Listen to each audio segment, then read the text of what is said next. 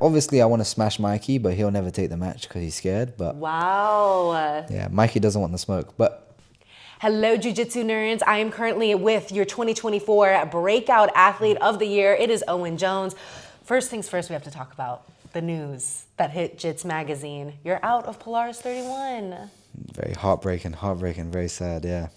Literally woke up the other morning with just crazy infection on my knee. Just couldn't, basically my left leg just couldn't move. Now I'm hobbling around the place. Yeah, it's not good. I was in A&E yesterday for like 11 hours as well. It's pretty cursed. Is this the first time you've had something that serious? Yeah, I didn't even know what it was. I've had staph infection before a few times, but then this was just like, I just couldn't move my leg whatsoever. And I was just like, yeah, this is horrible. Right, just on a bunch of painkillers, probably some antibiotics soon. Some like IV antibiotics, stuff like this, yeah. It's pretty cursed, but very sad. I was looking forward to compete. Out of all the times too, because I feel like you were fine on Tuesday. Yeah, I was here Tuesday. It was perfectly fine. She went to bed, woke up in like 7 a.m. just like in loads of pain. And I was just like, wow, what's going on? And then, yeah, my knee was just massive. I was like, yeah, this is not good. Oh my gosh. But then what did the doctor say? That it'll it simmer should down be after a fine, while? yeah. Maybe like a couple of weeks off training, not doing much, just, yeah, antibiotics and chilling, basically, which is sad. But Well, now we know who your replacement is. How confident are you that the European squad is still going to be able to get it done? yeah, for sure. Pavel's very good. I think especially in this rule set, like he's very hard to do much to, very hard guard to pass. I think he's a good replacement. He's very different personality-wise, for sure, almost polar opposites. But in terms of jiu-jitsu, I think he's a good replacement, yeah. And I saw you compete in a team event with Aiga. Their rule set is different. And now Polaris is kind of doing a different rule set. It's not quintet, it's their own version. So did Yeah. you like hear about the rule set? What did you think about it? Yeah, I mean, I've known about the squads for a while because I've seen a few of the other events, and I was looking forward to doing it just because I think team events is definitely where it's at, right? Where like it becomes more of like a sport, you know, where it's like you have your friends, you have the environment, and it's like quite, I feel like it's quite fun to do. And this one I think is quite good because you kind of like get to pick who goes out, and it's like obviously even the challenges I think is quite good because it's like Europeans won the first challenge and Americans won the second challenge. They get to pick their first matches, which is also gives you the favor of like you can put Mateus up against someone like Wilczyk, and it's like you could basically pick matches, which is also a good thing, I think. So are you going to have any involvement anymore? Or are you just going to be Yeah. kind of in the audience? I mean, I think I'll do both. I'll definitely be involved for sure. I mean, they asked me to come tonight to help with the training and stuff like this, just to be kind of just a third party perspective now. But I think I'll definitely be involved. But it also I'm trying to look at it a little bit positively, that now I get to just be a fan of the event and watch, right? Yeah. Which is, obviously, it's going to be hard to do, but at least now I don't have the pressure of competing, which is obviously not what I wanted, but I need to, that's just how I'm going to look at it now. I get to Yeah. watch Team Europe from the sidelines, I guess. Yeah, because I know you're very much a competitor, so it was probably very upsetting when the news first happened. But you have so many other things going on for you. We're not sure. going to break any news, but since I'm on the inside for some other promotions, I know you're going to have a very busy 2025. So is there anything that you have upcoming that you want to share? Or I think there's still some things that are not announced. Or you're just going to have a very busy 2025? I have a very busy 2025, yes. The Yeah. plan is to go for Athlete of the Year, yeah. No, Wow. the breakout was before, now it's time to just solidify. This was going to be that's why I was excited to do this as well, like to start off the year pretty strong. But yeah, there are definitely, I'm sure you know, some matches, some events coming up, which will be pretty sick. When things get announced, then I can start talking about things more. But I think I'm in Nice. negotiations with people at the minute about different things. So where do you think you peaked more, at ADCC Trials or Hakkasan? Hakkasan was rough. Hakkasan was rough. And yeah, I don't know. If you saw me there, you probably didn't see me. That was somebody else. I don't remember much. But I was there. I'm sure, yeah. The amount of people talk, even, bro, Mike Prez today, he was like, oh, I remember I saw you at Hakkasan. I was like, no, you didn't. You did not see me there. I thought Mike Perez's story was kind of cool, that he used to like drink a lot, and then I forget who beat him, but he realized that he can't like keep partying. And this is not me like trying to influence you at all, but it was just interesting hearing his story because I was listening to a podcast. So like, what is it about your personality? Is it just because you're young, you're from Europe, and you just like to have a good, nice little drink? Yeah, I enjoy going out as well. Like my parents, my dad runs a pub and stuff, so like I think drinking was like quite a big thing in his life and my life. I think I enjoy a good party, you know, Yeah, especially Hakkasan. Yeah, that was wild. Yeah, fuck. Yeah, Nice. I mean, you have a lot to celebrate. There's a lot of things going right for you in 2025. You're opening up your own gym, Apex in Atlanta. Yes. That's so exciting. You're only 20 years old. You're opening up your own gym. It takes people years to like find the spot and have it all come together. So how is it everything coming so quickly together for you? Yeah, I mean, it's unreal, to be fair. It's like the start of 2024, it was like I was just figuring out my like homeless situation. Now it's like everything's kind of flipped on its head, which is good. I think, yeah, it's kind of all coming together.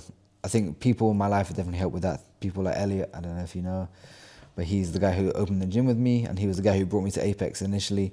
So I think definitely having smart people around you is good. I'm not the smartest myself, but I have good people around me who help me put things together. So all I need to do is just go out and compete. I do the easy stuff. They get to build the stuff around me. So.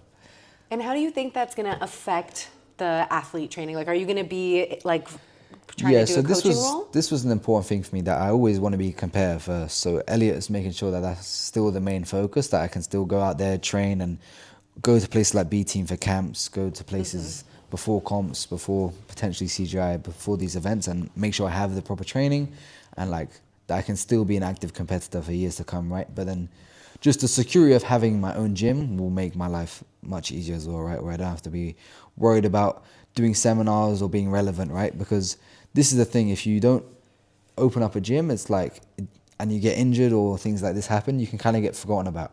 And then doing seminars and getting matches becomes more difficult. Whereas if I have a stable income through the gym, then I can still go to compete, I can still do the things I want to do, and I don't have to have so much weight over like relying on seminars or relying on these things.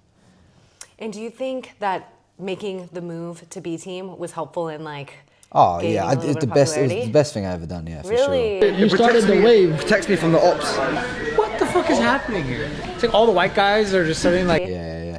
I think like winning trials and then like carrying on the momentum of like building just my character, right? And like basically showing people your personality. I think this is quite important. If you don't do this, you can be forgotten about very easily. So being on the BTeam YouTube, being in front of the camera, obviously in the camp before ADCC was super important for me as well. I think that I definitely jumped up another level before the ADCC, and I obviously had the breakup performance at ADCC. But I don't think, if I didn't go to BTeam, I don't think I would have had as much exposure to different things. And training, just social media, everything's like, my Instagram's grown crazy since like the first trials. Even after I won trials, I think I gained more followers being at BTeam. You know, being on the YouTube, being posted with some of the guys there, training with like Joseph and things like this. Yeah. I think this gave me more exposure. Yeah, fucking. Now I'm best friends with Joseph. This is also from BTeam. Yeah. You guys are such besties. You're also close friends with PJ, because you were kind of like a jujitsu gypsy almost. Like I feel like you were bopping around everywhere. And you were training in San Diego a little bit. I lived in his house. Yeah, that's Wait, what? Yeah, I was staying at his house. Before it burned down, or yes, before it burned down. Oh shit! How did that even happen? I don't know. Yeah, it's mad, isn't it? Oh my I think gosh. someone left a toaster on something because they had like an Airbnb renting or something like this. Yeah, it was mad. Yeah. Oh my gosh. Yeah, well, crazy, yeah. At least you stayed before all that happened. Yeah. I talked to him recently. He says that it's all fine now. Yeah, I didn't even know he was going to be on this because when I first signed up for the squads, we were meant to be against, I think, North America. Not North America. I think we were meant to be against like Team Brazil or something. So then when they told me it was going to be PG, I was like, damn, fuck. I wasn't ready for this. You know, it's definitely hard to compete against friends as well. But yeah, because you guys are teammates for AIGA. Yes, we are teammates for AIGA, yeah. And it's also like he's done a lot for me, let me stay at his house and do things like this. So then to go out there and try and break his leg would be tough mentally. But he's also very good. So yeah. No, that was definitely a matchup that a lot of people were answering on my social media. They were like, Joseph Chen, PJ, you, PJ. Yeah. That's what people want to see, I think. Joseph Chen versus PJ. I want to see it as well. But they are friends now. But it'll be fun to watch. I kind of want to see the revenge of Mateus too. Mateus PJ? Yeah. I think this favors Mateus, this rule set. 5 minutes, like kind of sub only. I think this is important I think PJ thrives more on like the points scenario where he can like use his wrestling and things like this. So, but you never know. They're both world class. Anything can happen. So what is it about Polaris that keeps you coming back? Is it just because you're originally from London, or? Yeah, I think it's a European show. I think it's also like the events are always well run, right? Where it's like they always have they always do things before, stuff like this. Like even this little Hogwarts house, this is quite good, you know? And I think the actual event itself is run on time, and it's like you always get good highlight reels from there. You know, there's always good content behind it. Yeah, and I enjoy the guys. A lot of the guys who work here are good as well. So I've not had any real bad experiences with them. It's definitely good production. What is your advice for me to try to get the Polaris audience hype? The Polaris audience hype. Start some drama. I think because this is my goal. I was going to try and start some beef between people, but it's difficult in jiu-jitsu because everyone's so like obviously nerdy and so nice to each other. Yeah, I thought Mike Perez would be a little bit more like, I don't even know how to say it, a little bit more of like a cocky guy where he's like seems to be very nice and Yeah. Yeah, I think I would have struggled to start. I would have been able to for sure, but it would have taken a lot more to get a big reaction out of him, you know? Yeah. But yeah, it's hard. You kind of want to start like a little bit of a rivalry going on, but it's difficult in jiu-jitsu, right? Because it's not that serious at the end of the day. You are grappling, so... Yeah. But I heard you say on a podcast, you were like, sometimes the Polaris audience is just like not that into it because they're so into like the technique and they're not like for sure. I think crazy energetic. Yeah, I think the thing with squads is it does bring out a little bit more of that like that hype. I think a lot of the teams should be doing, the teams and the athletes, I think, like Andrew Tackett at CGI, right? It's like he's trying to get the crowd involved and trying to get the crowd hype. I think this is important, right? If the team is just sitting there being boring, I think the crowd's going to reciprocate the energy. So I think it definitely matters to the athletes. I'll be shouting at the crowd as well, making noise. Yay! Okay, I'm so glad you're going to be in the crowd. It's definitely a big ask for to ask people to be like Andrew Tackett, though. For sure, he gets so obviously. silly that people are like, "Is this guy for real?" Sometimes it's a bit much, No, but I like it. But like, it's jokes, I can it's funny, imagine other people being like that. What would you say is your most embarrassing jiu-jitsu story? Listen, I don't get embarrassed that much. Do you get pantsed like during competition? That happened at PGF recently. Someone got pantsed? Yeah, I mean not pants, but like their pants were off while they were like. This has happened to me. Yeah, in the gi, in the gi. I think being like, I think I was stacked in the gi and like I think this was in competition one time when I was a blue belt, some guy managed, like he got like a pant grip and he grabbed my underwear as well and I went to deadlift and just my whole trousers came up. This is the most embarrassing. Yeah. Oh my god. No footage though. There's no video footage of this, which is good. Was this before social media was big? Or no, it was before I think it was just like a random local tournament. So it's like this happened to me, no cameras. Yeah, that one was there. That's rough. Yeah, that used to happen all the time in the gi. People just like lifting up the underwear. This is horrible. So what is more likely? Do you think you're going to be in CJI 2 under BTeam or under a Misfits team? I don't know. I mean, I've heard some things about me having to fight Ethan for the spot of 66 for BTeam, but I'm happy either way, to be honest. Being a part of CGI 2 will just be fun. I think it'll be a sick event. Obviously, fighting in the pit and stuff, this will be great. But yeah, I'm happy with either.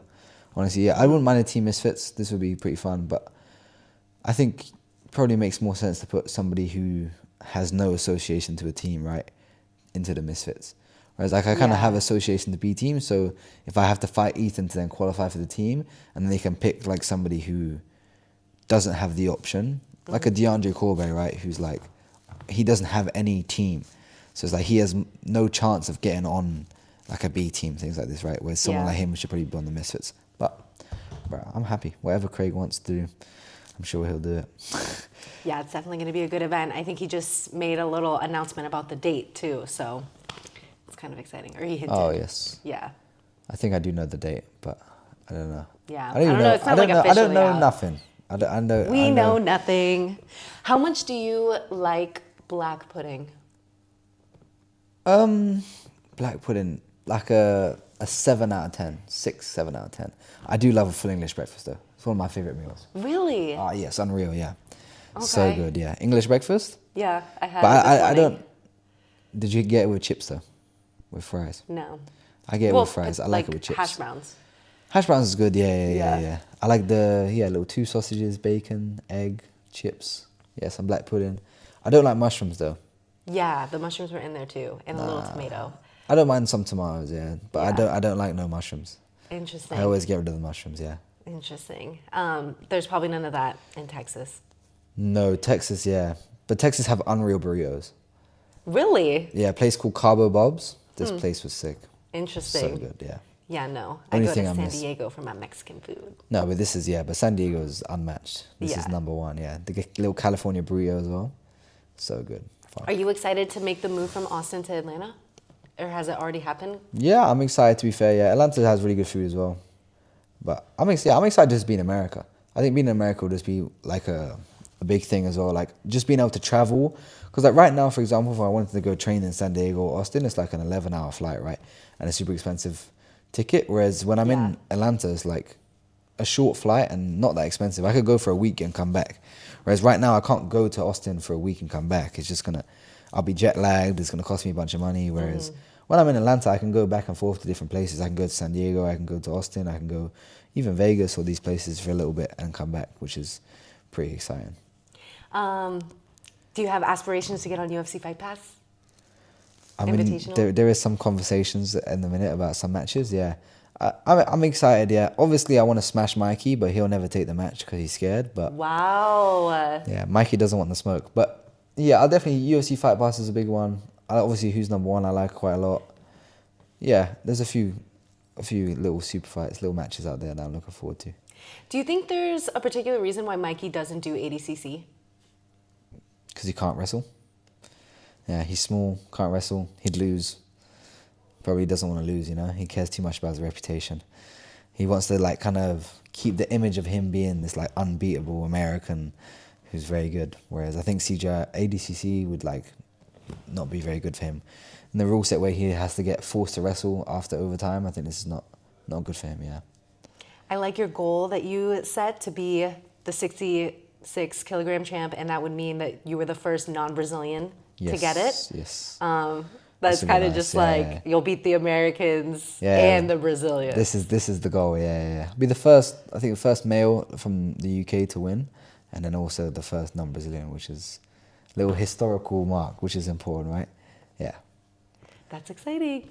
Yeah. That would be good if I can like staple myself into history. This is important for me. What would you say was your favorite match from ADCC this past year? For myself? Mm-hmm. Oh, Gearbag.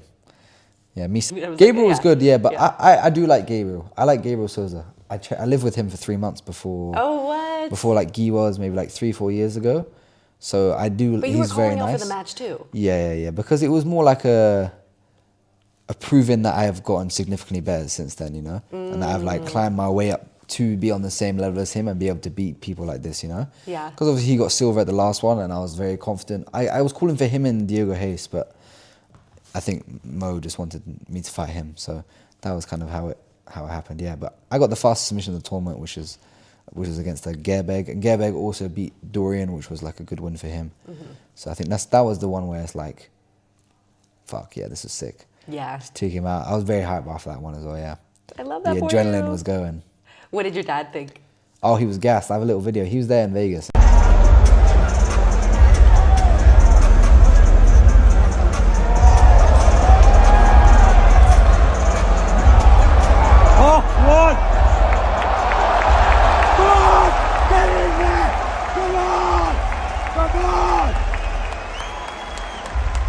He was screaming, yeah.